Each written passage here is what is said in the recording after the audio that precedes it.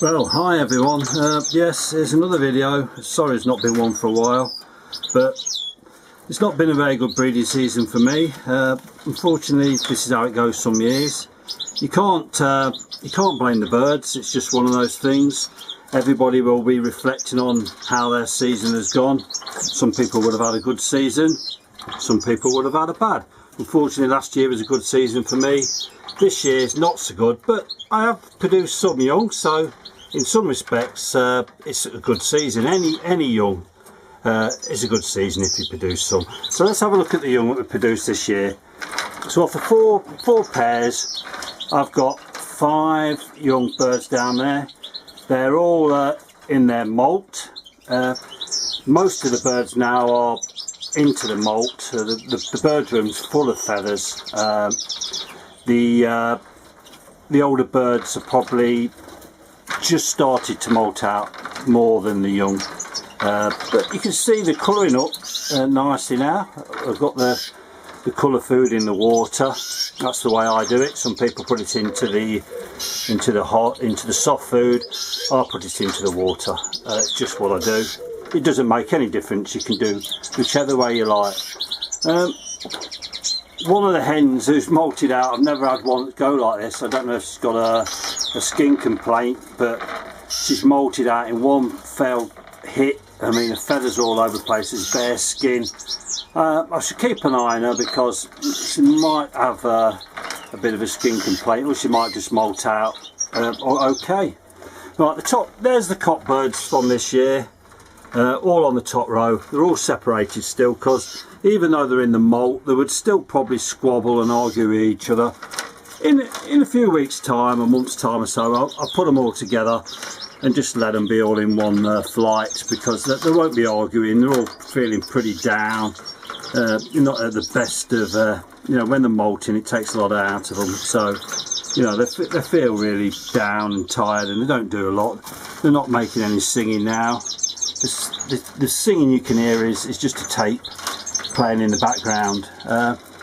Here's all the hen birds, the 4 hens from last year. You can see the tails are missing. They're quite healthy. I should be looking now, between now and Christmas and after Christmas for selection for next year. I might use some of these birds again. I might sell them on. I definitely use some of the young. I don't know quite yet what sex they are. I should be keeping an eye to find out, see if I can sex them over the next few months. So see which birds I should keep. And then I've got a couple of goldfinch babies in here. These were bred in the outside aviary.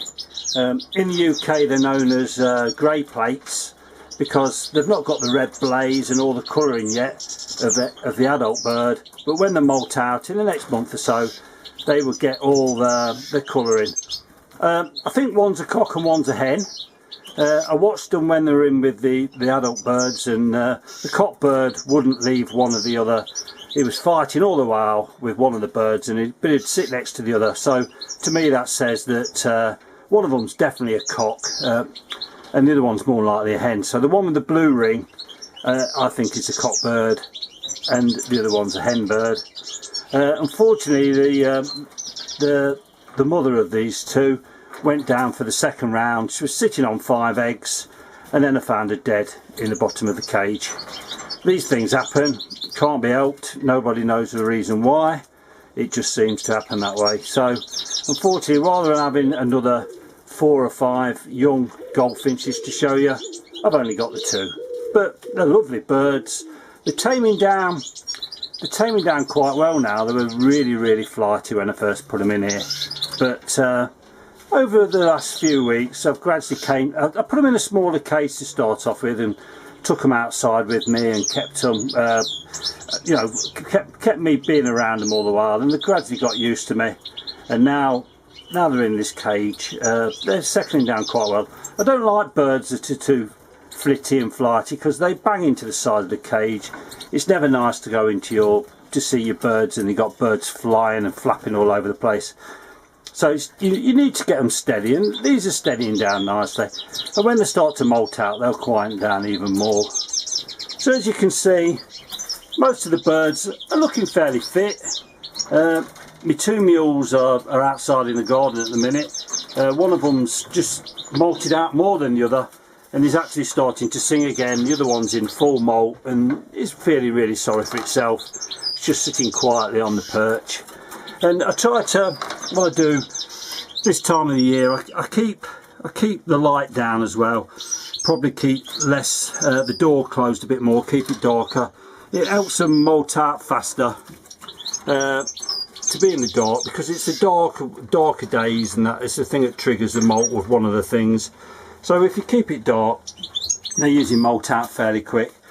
And they also say, some people say that putting birds all together like the hens in one flight helps the molt even quicker, but I don't know if that's true or not, or it's just people's, you know, what they say. Anyway, I might make another video when the young birds are in full colour to show you what I've done. I'll probably say I've probably got rid of a lot of these by then. I might not keep 4 pairs, I might only go with 2 pairs next year. We'll see how it goes. You never know. Alright, thanks for now, bye.